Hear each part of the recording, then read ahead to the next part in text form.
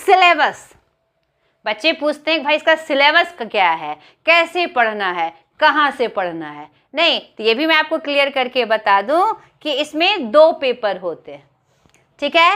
एक पेपर जो होता है पेपर फर्स्ट, आपका पेपर फर्स्ट, उसमें 10 यूनिट्स होते हैं। वो 10 यूनिट्स के बारे में भी आपको मैं बताऊंगी। इसमें 50 क्वेश्चंस होते हैं, 2 मार्क्स ईच, प्रत्येक के लिए 2 नंबर रहता है, यानी टोटल आपका 100 मार्क्स का।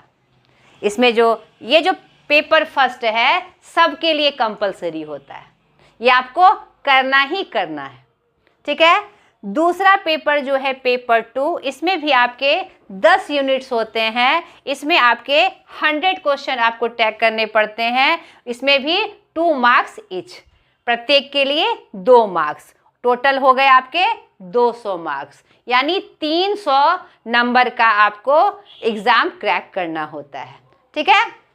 अब यहाँ पर एक बात और, ये जो पेपर 2 है, सबसे अच्छी बात यह है, यह पेपर 2 आपके अपने सब्जेक्ट का होता है। आपने जिससे मास्टर किया है उसी सब्जेक्ट बेसिस पर यह पेपर 2 हमारा होता है। उसी की 10 यूनिट्स के क्वेश्चन आपके पेपर 2 में आते हैं। और एक और खुशी की बात कि जो नेट जेआरएफ का जो एग्ज़ाम होता है पेपर 2 का, वह 83 सब्जेक्ट का में से कोई एक आप कर सकते हैं। 83 सब्जेक्ट में आप पेपर 2 का एग्ज़ाम आप कर सकते हैं। ये बहुत बड़ी बात है। इसमें आपका अपना सब्जेक्ट होता है जो जिससे आपने मास्टर किया है, ठीक है।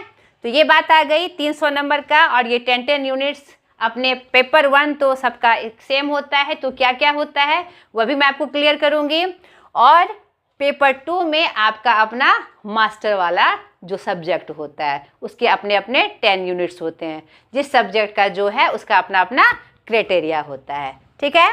नेक्स्ट है इसका प्रिपरेशन हम कैसे करें, नहीं कहाँ से रिसोर्सेज प्राप्त होंगे, कैसे तैयारी करें।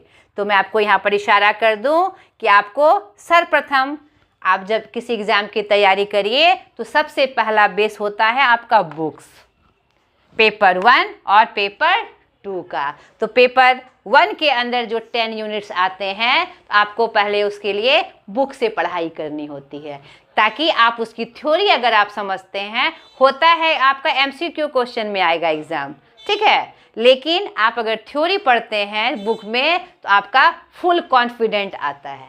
तो सबसे पहले उसके बुक अवेलेबल है पेपर 1 के भी और पेपर 2 के भी 83 सब्जेक्ट में, 83 सब्जेक्ट याद रखना है आपको।